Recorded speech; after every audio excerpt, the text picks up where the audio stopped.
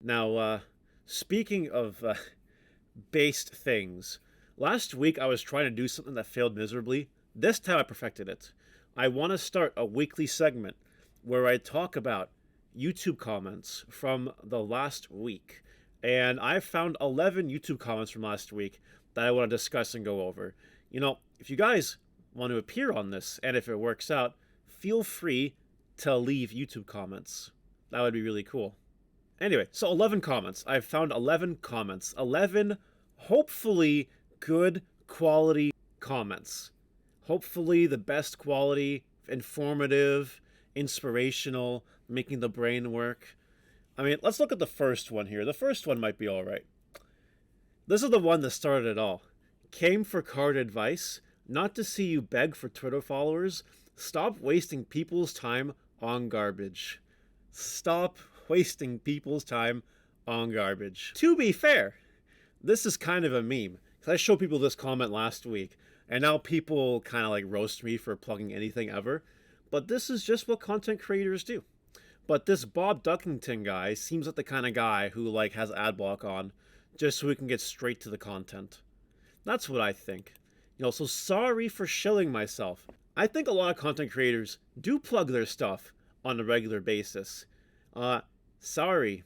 I hope that you don't become a content creator one day, Bob Duckington, because if you don't plug your stuff, you're probably going to fall flat on your face.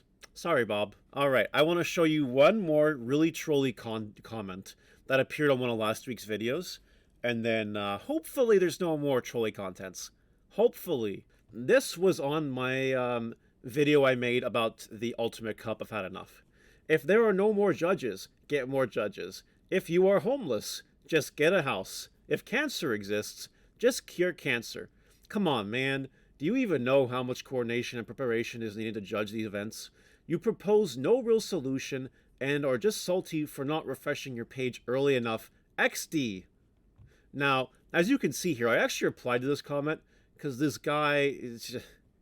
Pokemon Rules 899 is tripping the F out, and it's hilarious. For the record, I made a very similar video when the Evolution Cups came out about the same thing, the player cap. And I didn't even sign up for any of the Evolution Cups. And I still made the video. Why? Because it's a very, hot topic. Hot topic. I think hiring judges is a little easier than curing cancer. Now, I could be wrong. If anyone has any experience curing cancer, I want you to reach out to me and let me know. I'm really interested in that because it's kind of something I always want to do, right? And if it's easier than hiring judges and starting a judge routine, man, let me tell you, I'm in the wrong field. I'm definitely in the wrong field. I don't think this guy watched the video, to be honest, because we proposed plenty of solutions, and the comment section proposed a lot more solutions. It's been a big conversation. I think that as far as the Digimon card game goes, besides the delays, this is the biggest topic, straight up. So this guy just doesn't know what he's talking about. Not one bit. Now we can move on to actual comments that actually give us some value. This comment came from the Black War Greymon deck profile. I prefer running Crimson Blaze in the deck for a lower cost board clear, and it's really strong versus a bunch of decks like Mastamon, Imperial, and other decks that have big cards that summon Digimon through effects. Also, how come no Chimeramon? You can easily get more than one level 4 on board with the raising area, no key giving you a free body and cheap evos with them. Having more BT... I cut it off. I guess... having more Metal Greymon Heritables from your trash is always solid. Now, this is a very interesting comment. I was running Crimson Blaze for a bit, but hated it.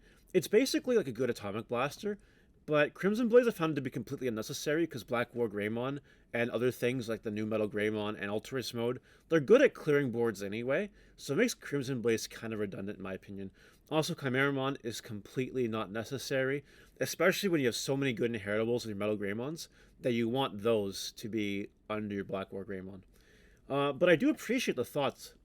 This is good because this is just good deck building, trying new things and seeing what happens. Maybe I'll try Chimeramon. Who knows?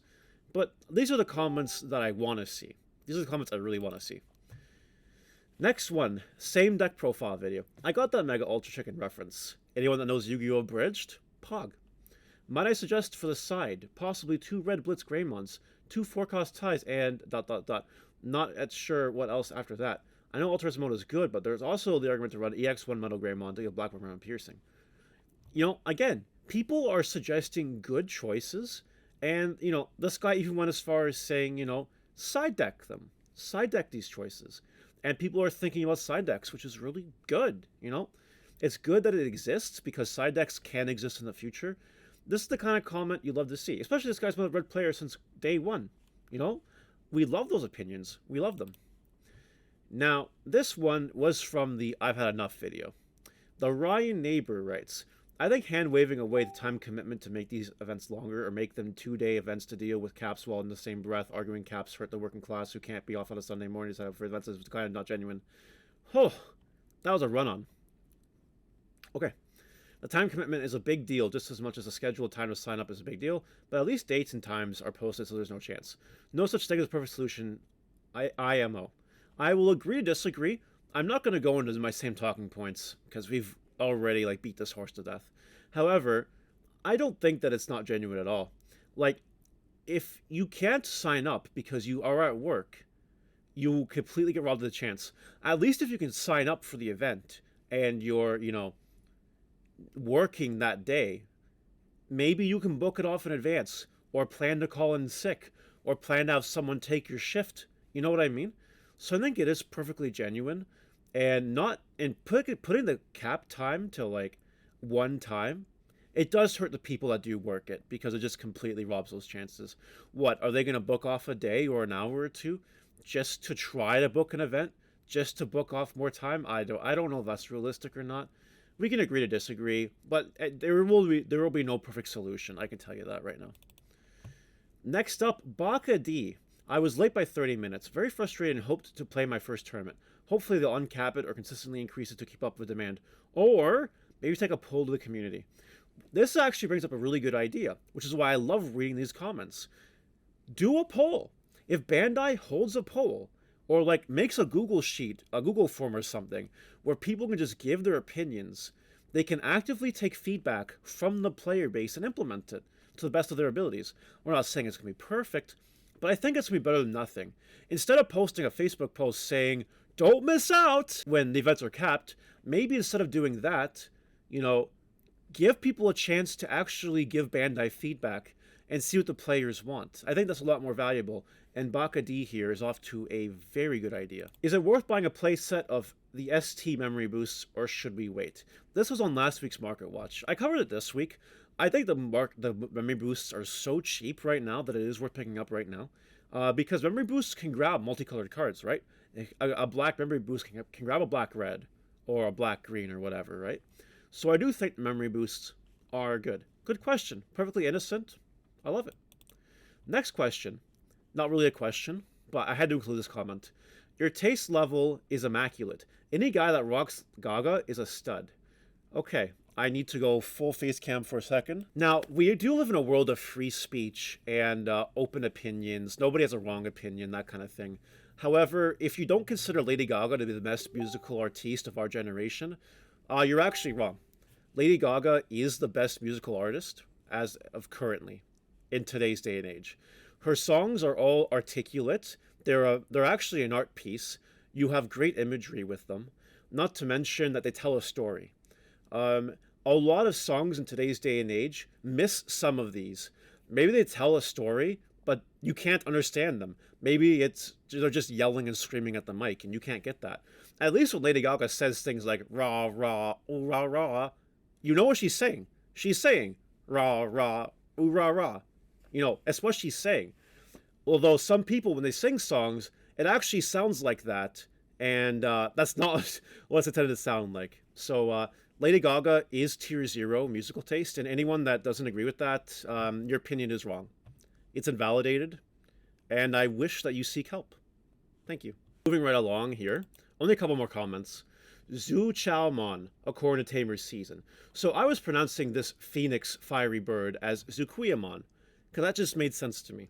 However, I was corrected by multiple people in the comment section, and this person does cite a source, where I was able to go back to the source, Tamer's Season, and verify that that's how you pronounce that card's name.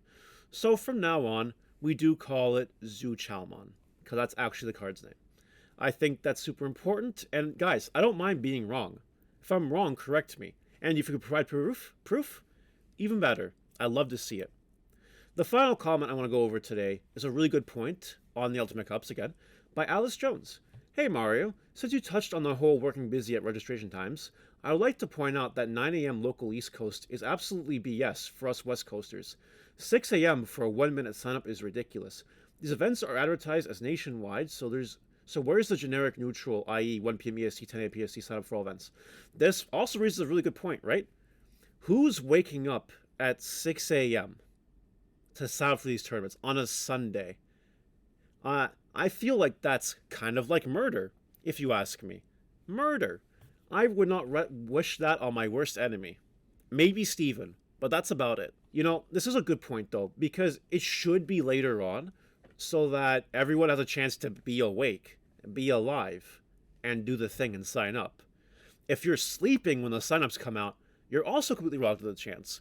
Now, I know people can comment and be like, oh, just wake up, forehead. But, waking up at 6 on a Sunday when it might be your only day off also isn't nice, and Bandai should know better. That's all the comments I had for this week, for last week anyway.